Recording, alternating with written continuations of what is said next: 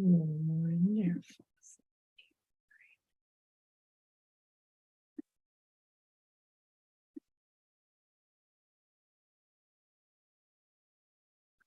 Welcome everyone on this incredible Wednesday, November 2nd, a double portal day of 2022. Welcoming you to this next segment of the Ascension Hour with Rev HoniB and her incredible guest.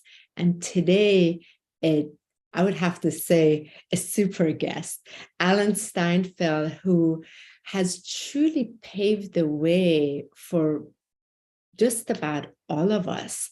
You really don't need any introduction, Alan, because you stand on your own, founders of New Realities. And I am so humbly grateful, delighted, and thankful that you are giving our audience this opportunity to be here today and to share your wisdom ascension. So thank you and welcome, Alan. Ooh. Alan. That's me. That was myself. Yes. No, thank you. And yeah, let's talk about the things that are really happening now in the evolution of consciousness. Exactly. So before we begin, let us just go ahead and put this beautiful prayer around this call, around this portal that we are in communication with, and for the audience. So I'm going to have everybody just center back, as you know how this goes every week. So please close your eyes, and Alan, you're welcome to join us as well.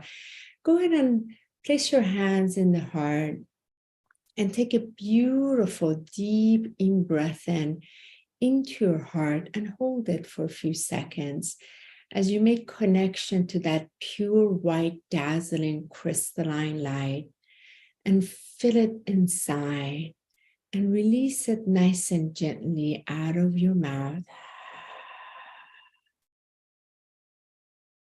And we're going to do this again.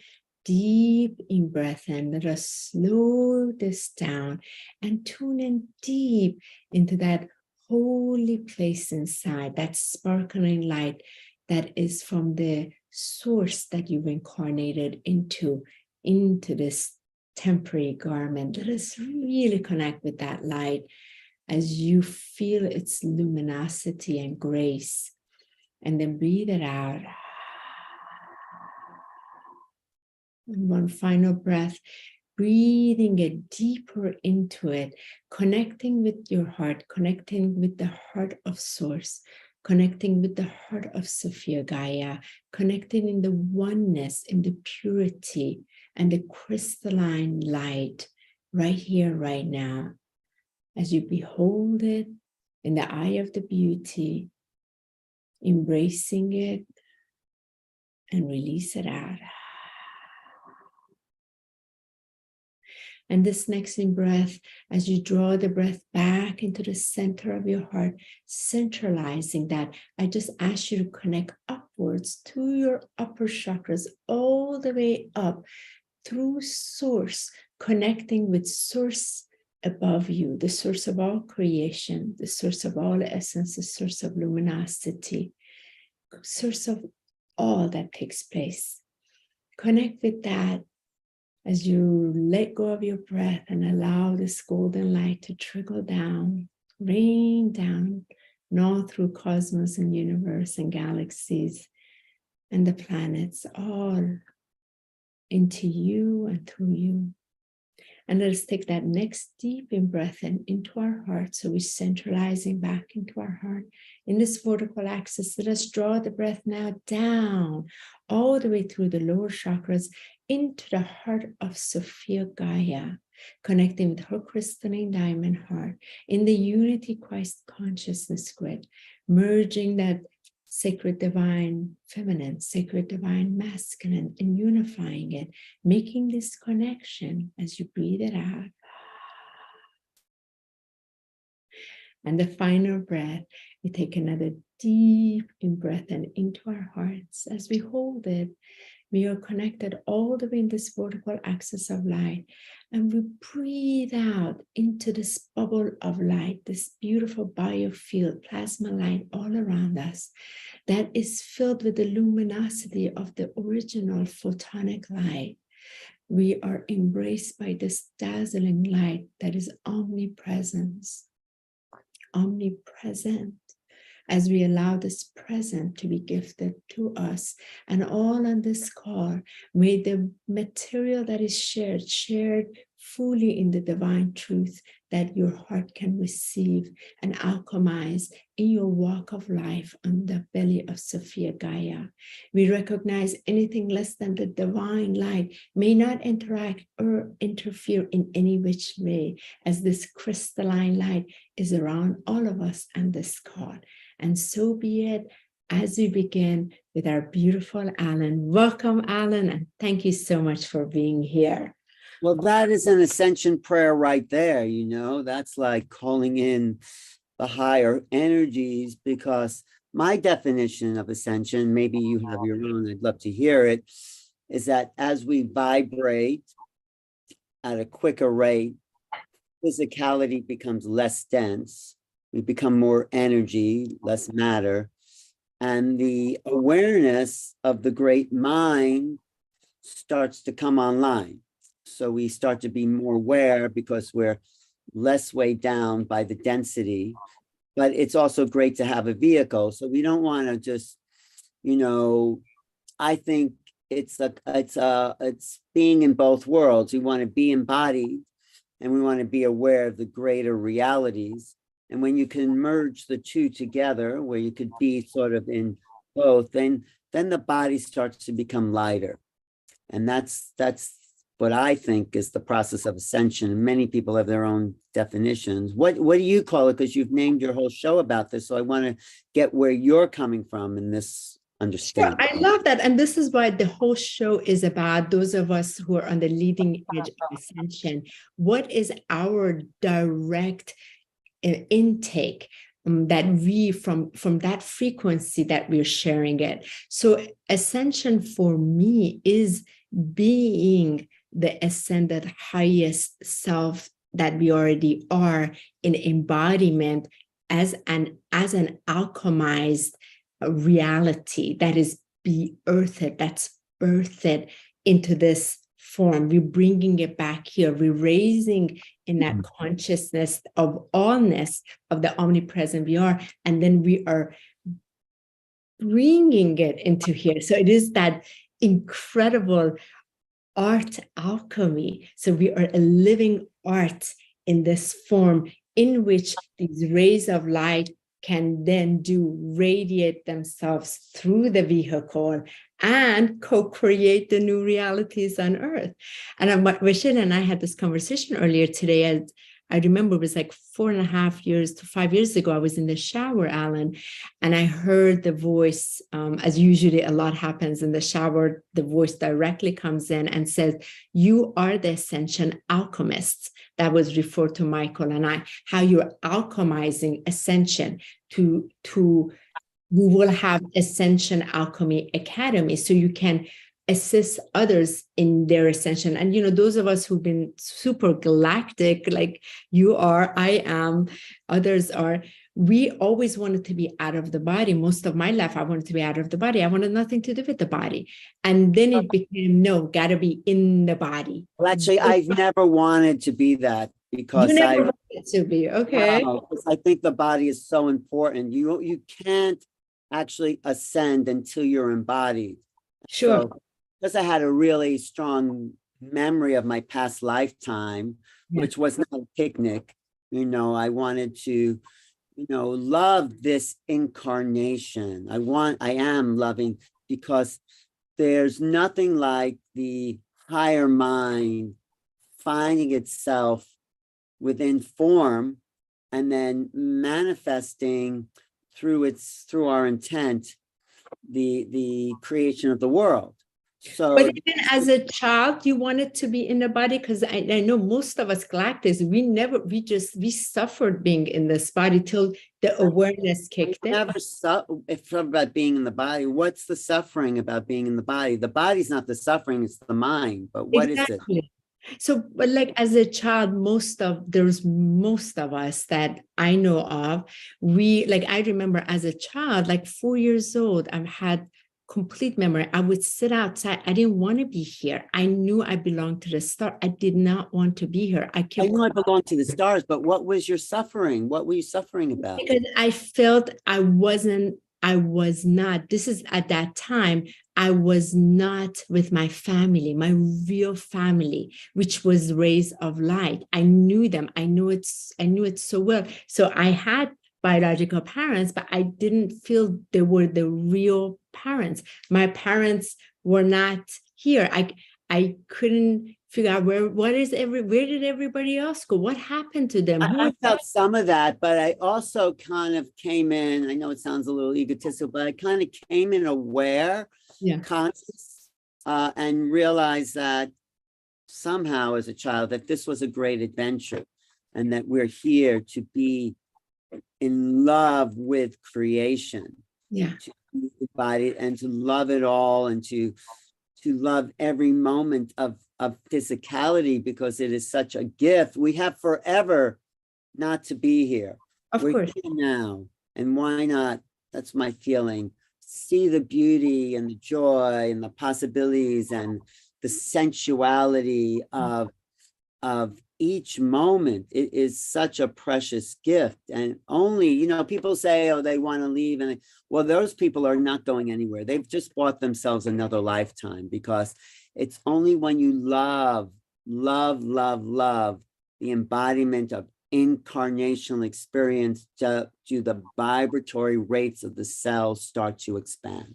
That's my absolutely relate to that. And I feel this is why you came in and you started. I mean, you are a complete way sure the way you started, and that suffering which speak of, like, for example, some of us that came in knowing what we're coming in very dense environment, like let's say me at the age of 1 being sexually molested and experiencing severe trauma or experiencing war.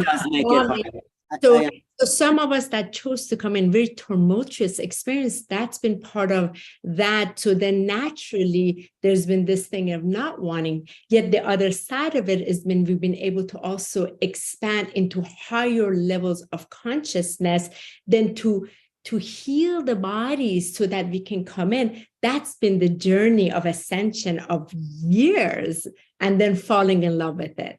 I understand. If you've suffered, if you've, didn't get the love you needed when you come in, then yes, I understand. But I feel I got a lot of love.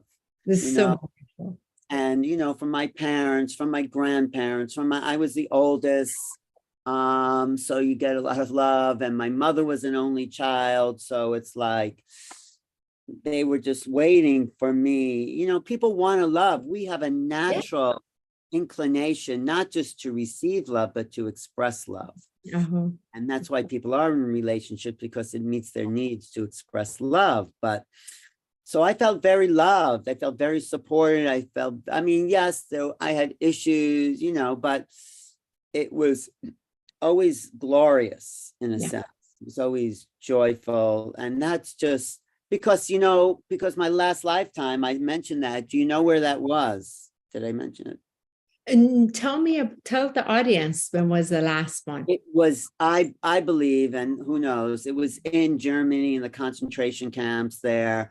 And it was, that's suffering. If you want to really go to the lowest possible level of incarnation, where people are starving and dying and suffering, that's like, I still had memories of that as a child and how awful that was, but it's also not it's also a soul acceleration, because you see the lowest that human beings can be treated and be part of, and it's just, everything else for me is an up leveling of that very, very dense level of hatred and consciousness that was happening in World War II, you know? So, and in between lives, I do remember meeting the star beings and then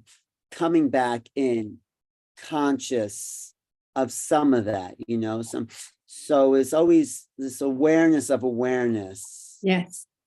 Was always with me. And that's what led me to pursue like spiritual practices and to seek out meditation and teachers and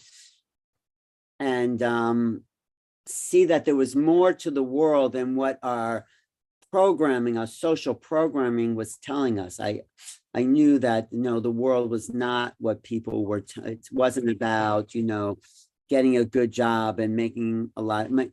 Nothing wrong with that. I love good jobs and making a lot of money, but that's not, those are the benefits, or that's what we come from if you do what you love. I've always wanted to do what I was passionate about. And so, you know, there's maybe suffering in that because you're not always supported, but if you do believe in your own desire, and I believed in my own desire to learn, to evolve, to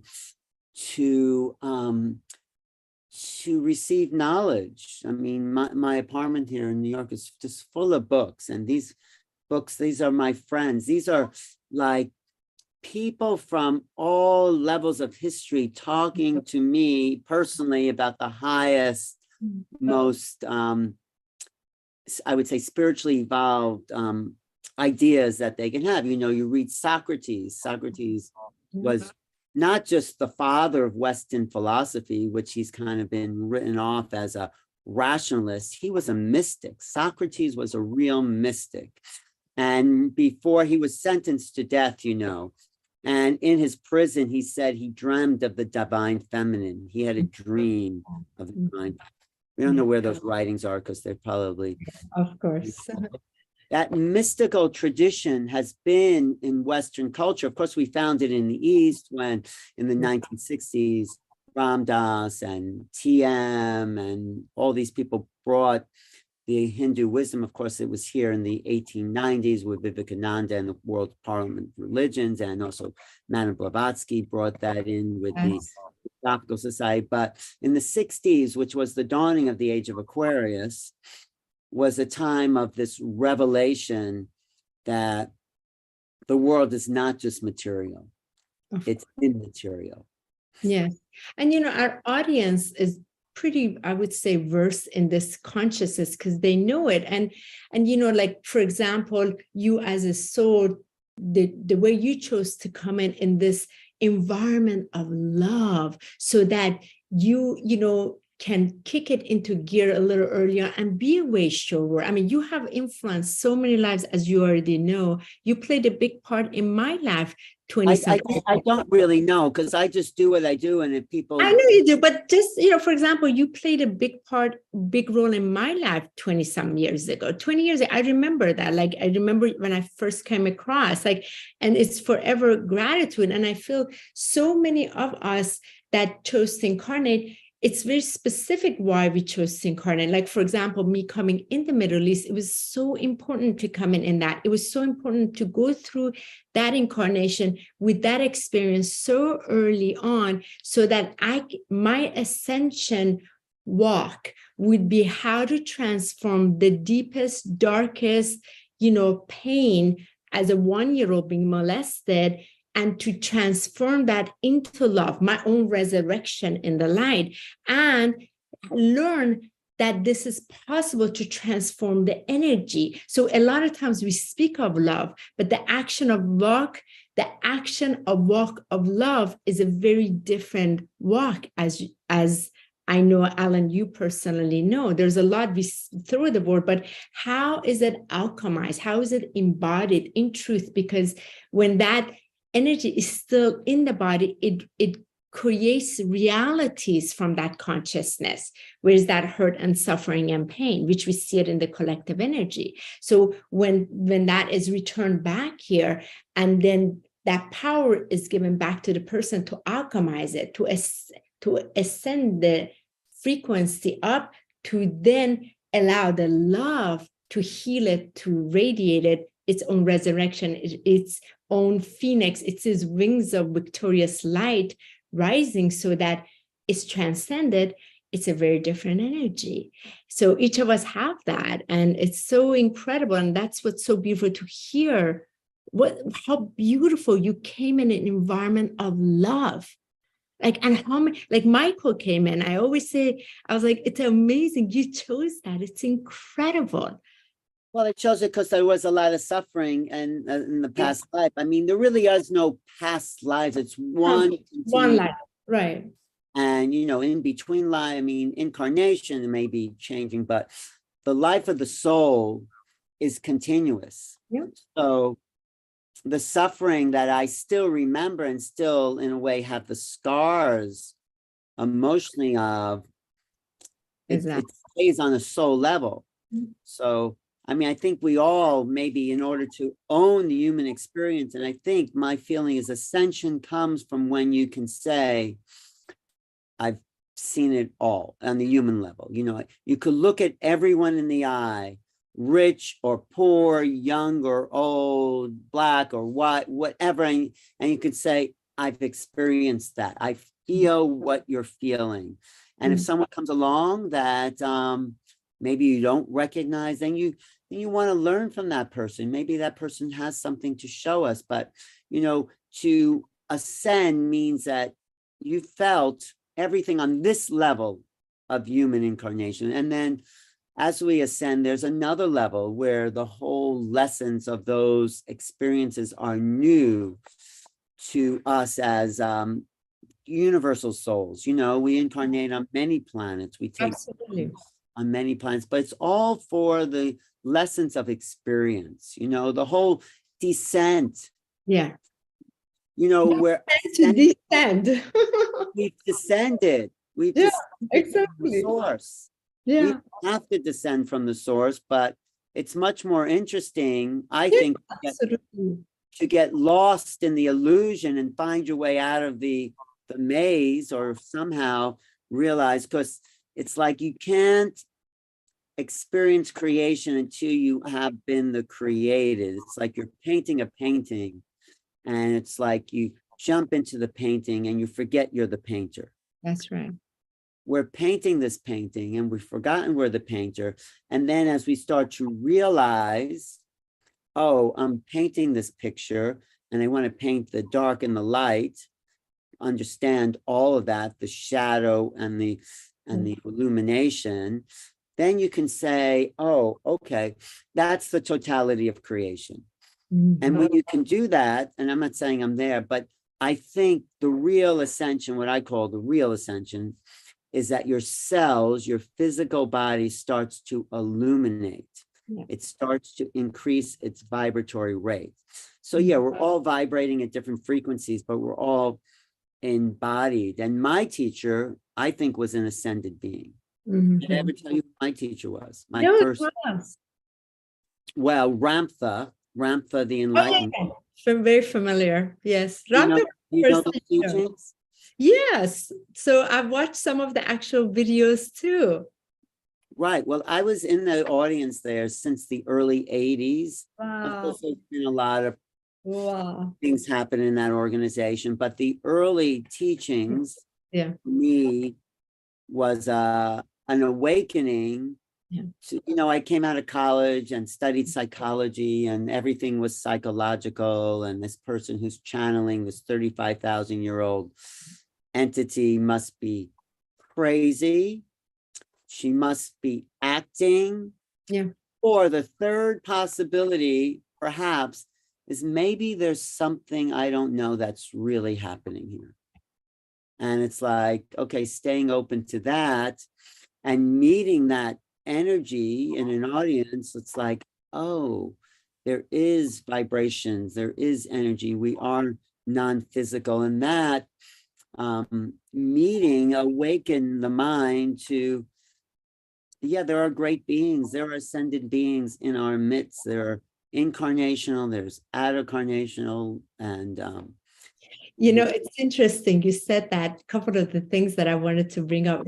So when I had just like the Ascension awakening, there's what so was your Ascension awakening? Tell me what happened to you. My first one was when I was 7 in the fatal car crash. That's when I experienced the true nature of who I am. Being trapped in the car and the car getting ready to catch on fire, and the other people had died. My parents, I thought they were dead, and so I actually experienced what it was like, and that's led to my book 30 years later called The Day I Became a Superhero. So Alan, I was able to, in that moment, without me calling it a nothing, I literally transformed into different bodies. So my little body was trapped in the car, pushed, smushed, and then I saw my body came out of the car, and it was never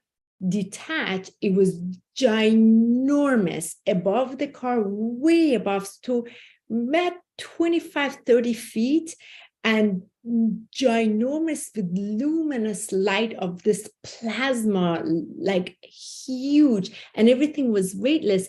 And within that's when I experienced the full consciousness of who and what we really are. So I experienced my true self was not this form that I was in, because then from there, this physical vessel was able to move things to, I got myself out of the car. Everything was weightless, and I was able to lift my dad like feather out and bring him out. It was just what we call a superhuman, because we don't have a language for it, but it was like the most natural experience. And from there, I began seeing people, beings go in and out of their body. I saw angels, archangels. I saw masters. I was able to begin seeing ships, plasma ships, everything, communication. So that's how my whole world began. And I was able to hear the sound of music through flowers, how the flowers sing music, and see through people, see through literally the coding of people inside. But what do you do as a 7-year-old at that, right? And they don't see. And this one particular blue being that was with me all the time, which was an Arcturian being. And so that's when it first began, and it stayed with me. So I was able to decipher things very quickly, see things quickly, so then journey on later. But point being, around all of this ascension, where we call it, like, I have found with those that are coming in to be way shores, there is a signature each of us are bringing back into the planet through this specific signature, like we're a walking portal that is bringing this signature here for it to be anchored. And what I have learned through this entire journey, and especially after 10 years ago that I died, I came back, is to bring this higher dimensional consciousness through embodiment, through the voice. So like Ramtha, I remember listening to Ramtha before, then I died, came back, I became that channel. So I went through a whole... You mean at 7 years old you're talking about? So that was that. And then 10 years ago on January 8, 2012, I don't know if you know, I fully died. Like I died, my heart stopped, and I have a full video about what happened. I left the body. So I'm a messenger of light, as somebody who has... Are you walking or not? So I actually, I would say it's not the full walk-in, because I had to remember certain things. But when I cross over, I experience full memory of afterlife and in the different planes where I went. So one of the things that when I was brought in front of the Galactic Arcturian Council of 12, 844 lives was shown to me that I had come into incarnation on Earth. My DNA was shown to me. The purpose, soul, the contracts between my parents, everything was revealed to me. So the book of my own revelation opened, Alan. So for me, it was never to look at anybody else, but to bring the knowledge back in. And that's been the last 10 years of bringing it in. And, but one of the things that was shocking, surprising, I then became one of those that go into a fully incorporated channel where the higher conscious beings, such as, let's say, Master Yeshua, or like Master El-Morya, or like the Intergalactic Council or Andromeda Council, will come through me and bring the frequency message specific thing for the audience. So I never thought that would be me ever. Like, that's like the farthest thing that I ever want. So, but when I came together with Michael could ground the frequency so I could bring it in. But me not even no memory of what was shared, I would just see imagery. So then we have recording of all these transcripts, of the material shared. So point being, this ascension is shown in numerous ways.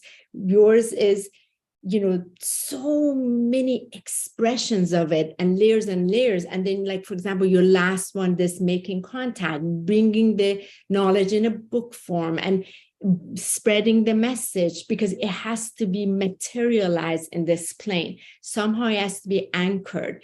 And that's been my last 10 years. It's got to be here. You can't go anywhere. I didn't know that about you. Now I understand how passionate you are, because I didn't know your history at all. Yeah. So I understand why you're so excited about the possibility of awakening people, because of your awakening and not wanting people to suffer, like, you suffer. And the thing is that what I want to say about suffering, the opposite of it is compassion. When we talk about ascension, when we've tapped into ascension, one of the greatest quality of divine is the quality of compassion. You move from empathy and sympathy to pure compassion. It has so much power. So it just so happened to me, majority of my clients are sexually abused. Why? I can stand here in the radiance of resurrection love with the person who was my abuser with pure love, because that's what had to happen. It didn't happen overnight, but it took years to transform that hate into pure love. And that's what I always say. There's a lot of people that talk, but are you living it? Were you able to alchemize it? How do you, I'm not to turn the interview around, but how do you turn that, awful experience into love? How did you create love? It took a long time. Did you understand why they did what they did? Is that part of it? Understanding? When it is your father, it couldn't be the lowest of the lowest. And to then see the divine perfection is when I died in spirit side, is shown to me completely why it had to be that way. And why did it have to be that way? Because this was part of my divine empowerment, soul's journey here to experience the deepest pain inside a woman. And the Magdalene frequency is love, is the Christ consciousness, the SophiaKryst. I can't just bring SophiaKryst if I haven't experienced this. How in a place of this darkness, I can love. I was able to touch love finally, and not the hurt anymore. And that's what so then we talk about photonic light inside the body. The photon light in the body contains that density. But when you are able to transform that into love, then it starts truly radiating as an ascended light. And that is serving, is also helping people remember you have that power to also love, but it doesn't happen overnight. It took a long time.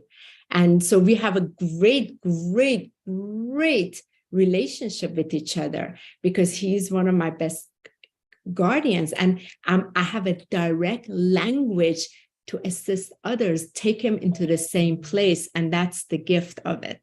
Did you ever talk to him about this? He died when I was 21. Oh, so you never had a chance to talk about it. It was so I suffered a lot through, and then talk about family, you have family shame, you have to hold all of that in secret, right?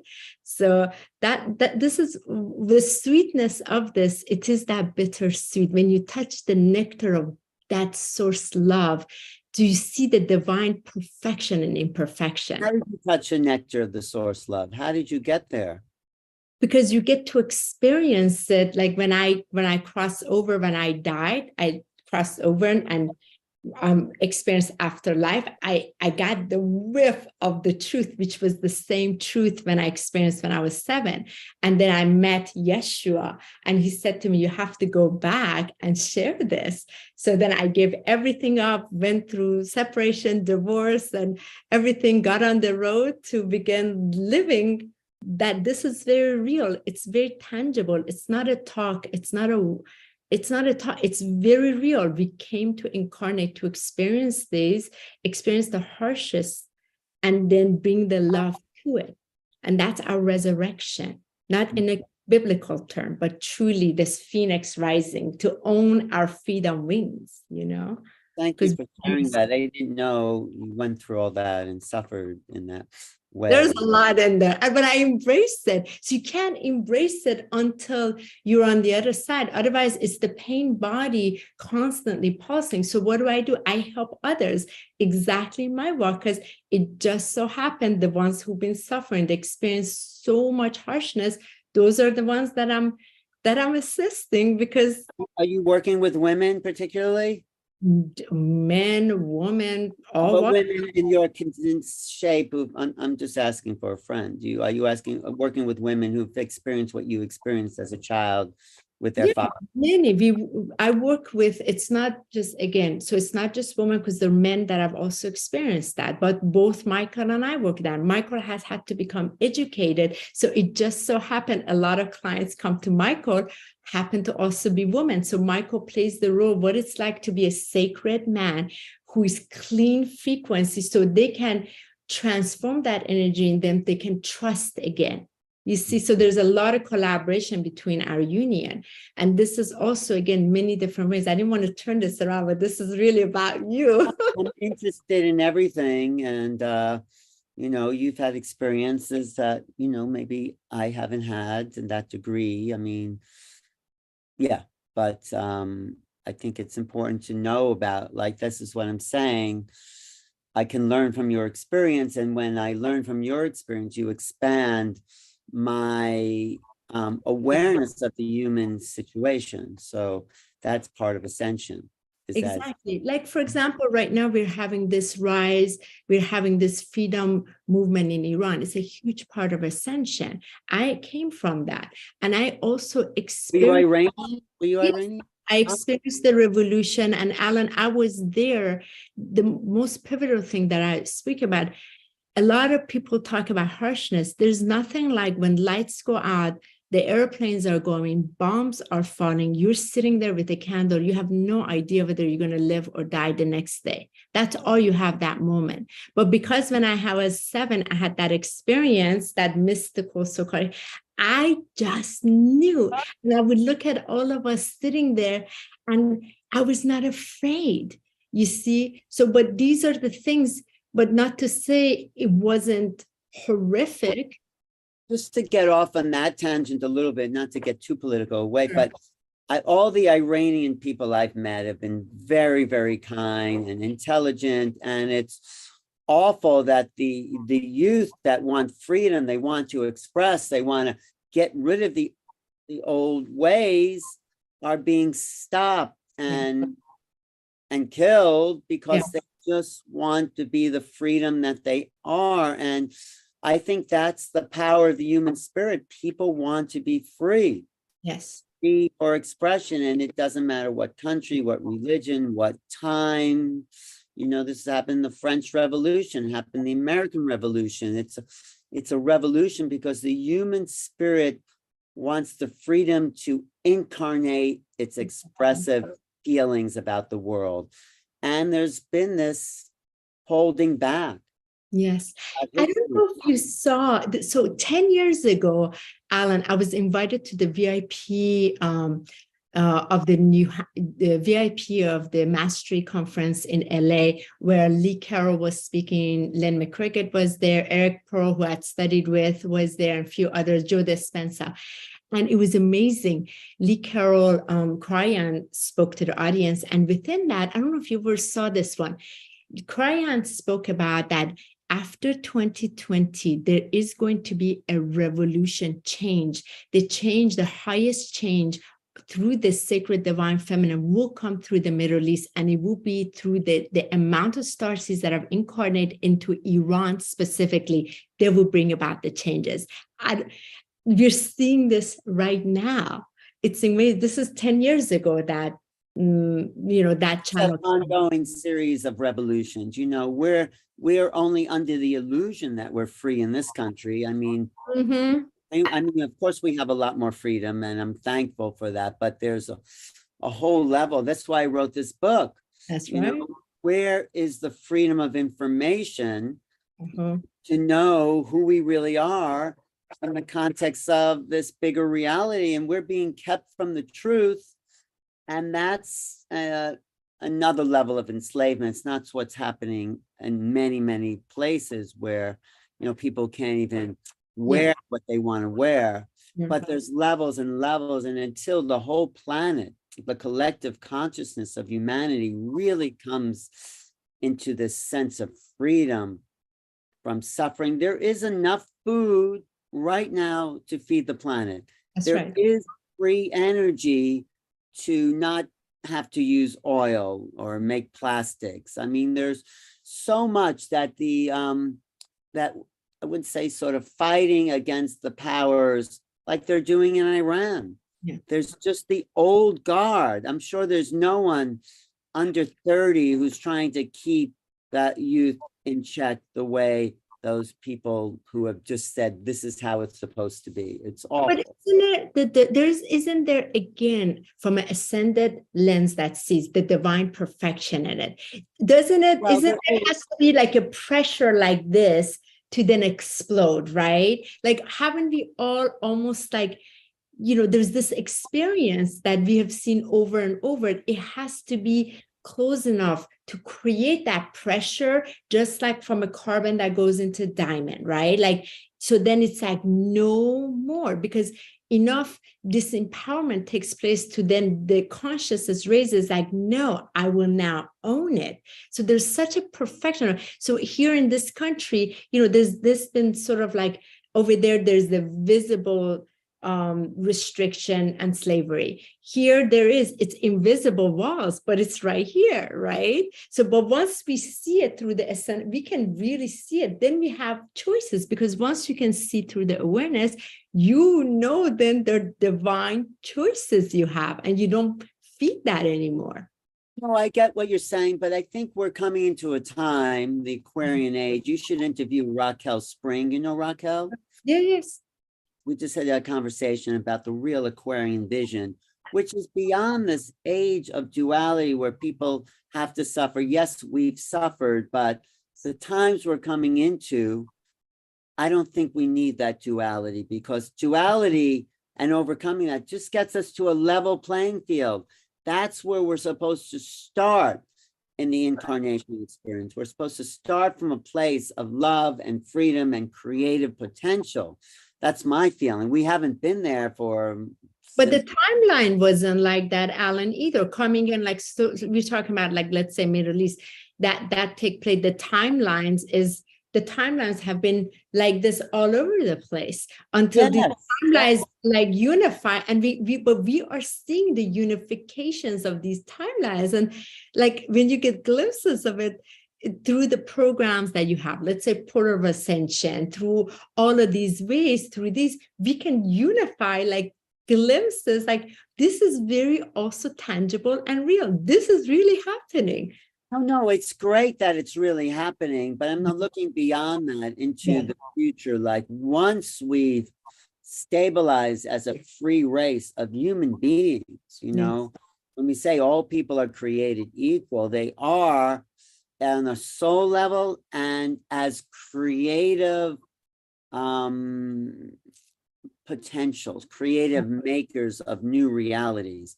Creation, being creative is an awakening of formulating new realities. Everyone is a creator here, and everyone, I feel, needs the freedom to be that creative. Yes. And people are creative, of course, through revolution. That's great, but there's other ways, because I think the more we create, like you write a song or do a dance, you're giving me an ability to feel stuff I haven't felt before. That's the power of creation. And then, you know, when we can just all be creators, we ascend as a collective mind, because we're really one mind. We're not separate from each other. Absolutely. And the powers that were at one point in charge, they knew this absolutely. So why they've had to implement so many ways to make sure you stay in suffering, not creation. So when they're, you know, creating environment where you are constantly in survival, you cannot consciously, deliberately be in creation because the energy is coming constantly from that survival. So that's what's all falling apart, and we're being a witness of the dismantling. And that is such a celebration, because otherwise, if we chose right now this timeline that we incarnated onto Gaia, we knew this was not already set and ascended planet. No. So we came in to take part and to do our own part, each individual, which is the contribution to the collective, and then being a witness and not get caught what is playing out and see, and then be able to hold these greater visions. You can't hold greater vision when you are just survival running for your life. So, you know, there's multi-layered around this. Yes. And, yes, we're here to thrive and not survive. And we're really seeing, I feel, the end of that survival mentality. And it takes the way show people what you're doing. You're following your passion. Yep. You're expressing love. Every minute you're an expression of love, because you are, maybe you have things that upset you, I don't know, but you know, you're always coming back to love. And that's a great way shower right there. And so Ascension is imagine everyone coming from that place of love. Yes. That place of giving and offering and joy and possibilities. And there's many great teachers out there that are doing that. So yes, it's so wonderful, as you really have been. Just a lot of gratitude, again, personal gratitude about that, and which is a celebration to me, because this, if the one thing I learned about Ascension, this is not a walk of just you lonely. This is a collective walk. So many of us, we are painting the reality with our rays of light, the way our inner book of Revelation, I really call it, I don't look at it as the Revelation book outside. No. This chapter has this book open up, and there are chapters and chapters, and they have colors, and you're here to bring that in through each one that you've gone through. And together we're creating this tapestry of exuding luminosity. And that's what that rainbow tribe is. This is what the prophecies had spoken about. Here we are. And that's what's so beautiful. When I sit in meditation morning, night, I keep coming back. And that's like that same whiffing that I got as a charged energy when I was on spirit side. Like, oh, it's all happening. And it's so wonderful. And I see the imperfection in the perfection, and that too is okay. Right. I think what we're moving into, and this is why I wrote a book about the ETs. That's what I wanted you to talk about. Is that we sort of know what the human dimension is. We know war and suffering and, you know, economics and making money and corporations. But what we don't know is what's outside the human field. Mm-hmm. And it's important that we do understand that there's more to creation than just the same old story that we've been hearing for 2,000, 5,000, 10,000 years, that we are interfacing, I wouldn't say with a greater intelligence, but because we are the ultimate intelligence on some level and the ultimate essence of the soul. But other beings have evolved in their society and their ways of functioning to be more free, to be more. Obviously, these UFOs are not filling up their gas tank to get here. Yeah. There's technologies and there's biologies and there's histories and there's levels of being being, like this is one dimension. And these beings, I feel, come in and out of this dimension, but they're not of this dimension. They can be in this dimension, but we're of this dimension. You know, there's some people who've raised their bodies and have ascended to other dimensions. Usually they don't come back. But these beings, whoever they are coming in and out of our field to show us that more is possible if we just can open our minds to reach the unknown. So what I say, Ascension is all about making known the unknown. This was one of the fundamental teachings of Ramtha, making known the unknown. What does that really mean? It means being available to consider the impossible. Whatever we think now is impossible, consider it as possible. You know, Lewis Carroll says in Alice in Wonderland, I like to think of 5 impossible things before breakfast. So if we can imagine what we think is impossible, maybe that's teleportation, maybe that's, you know, telepathy, maybe that is going to the farthest reaches of the universe with our mind. Whatever we call impossible is a limit on what we think the incarnation is. So these beings are arriving to break open the doors of impossibility and give our minds freedom to evolve to who we really are and awaken the depths of the soul, because the soul is not just this plane of dimension, it's multiple realities. We exist here, and like as you met your higher selves and those experiences you have, you're always there. You didn't just go there, you are there all the time. You are in the ascended body, and the ascension wave that's happening is the merging, I feel, of the physical with that super physical. And when we do that collectively, we vibrate and we create a new world based on all the freedom and love that, you know, we want here. So that's the exciting time. I mean, I appreciate your expression of excitement because you're so alive with that. And, you know, I'm not, you know, my verbalization of the excitement comes more through my writing maybe, or through different ways, but I get where, you know, you're enlivening through your presence of being, the sense of this expansion. And that's really fun too. So that's your creativity, that's your beauty, that's your joy. And I do appreciate that. So the Ascension hour, it's more than an hour. It's an ongoing process of becoming who we've always been. And it's great when you get a taste of that. I did taste of that, had a taste of that, meeting great teachers, remembering my lifetimes, going into dream states, going into higher meditations. And there is a wave that's happening, a slow incubation of vibratory up-leveling. Like it's like boiling water, you know?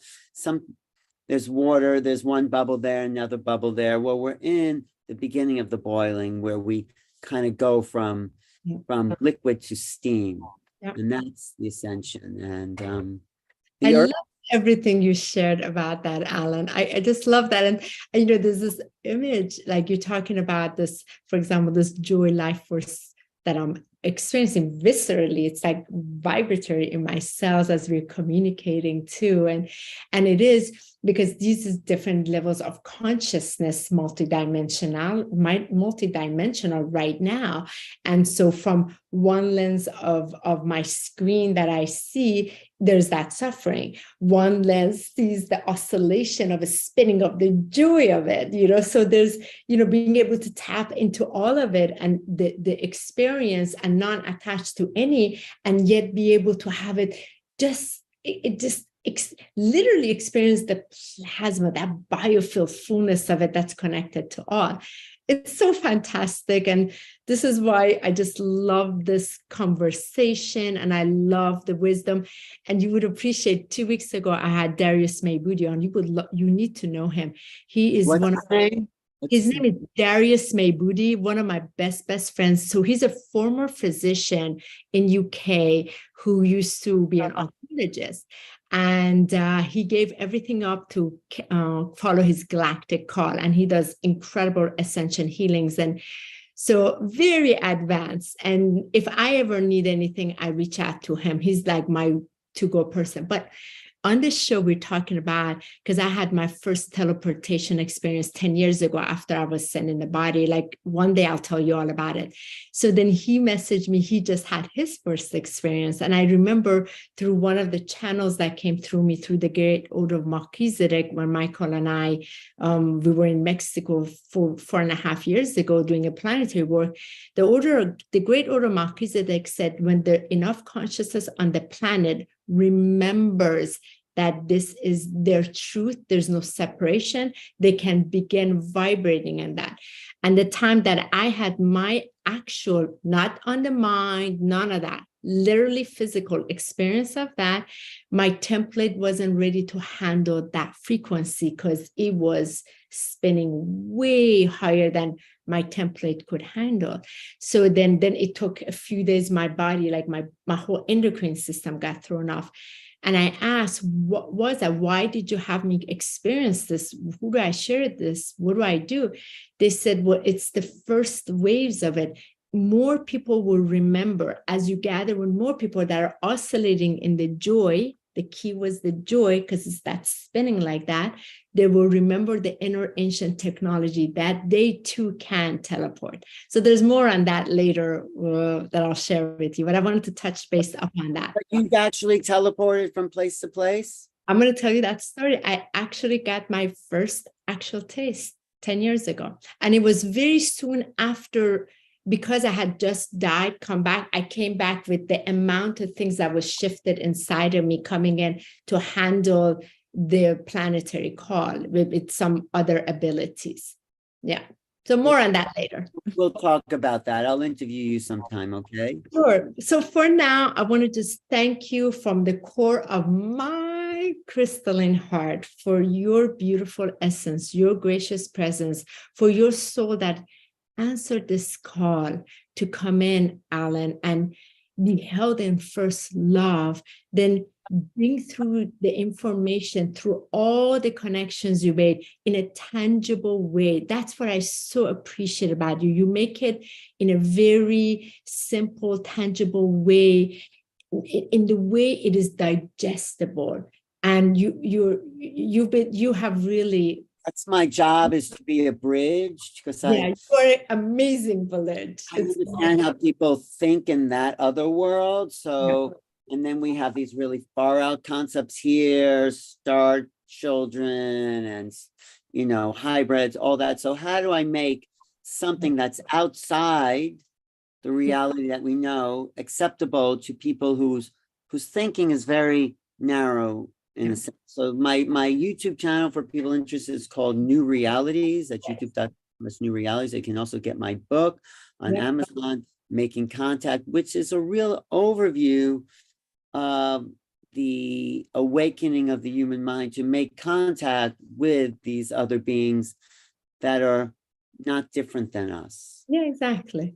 And I'm going to put both of those is going to be in the bottom of this YouTube channel as well. So that way individuals, our audience, can also benefit greater from this. And I just really thank you so much for your time and energy today, and just the wisdom you blessed all of us with. I feel just the joy of this. My heart feels the joy. My soul feels the joy. And I'm thankful for you and thankful for everybody else. And whatever comments they make, we'll go back and check it, as this video will be shared in several places. Thank you. Thank you. Yes. Thanks, Hani. Thank you so much, Alan. So much love to you. Thank you so much. And thank you, everyone, for being here today. Thank you for your presence. Thank you for your essence. And thank you for knowing that you are part of this magnificent creation, collaboration reality. And bless you. And thank you for resharing this video.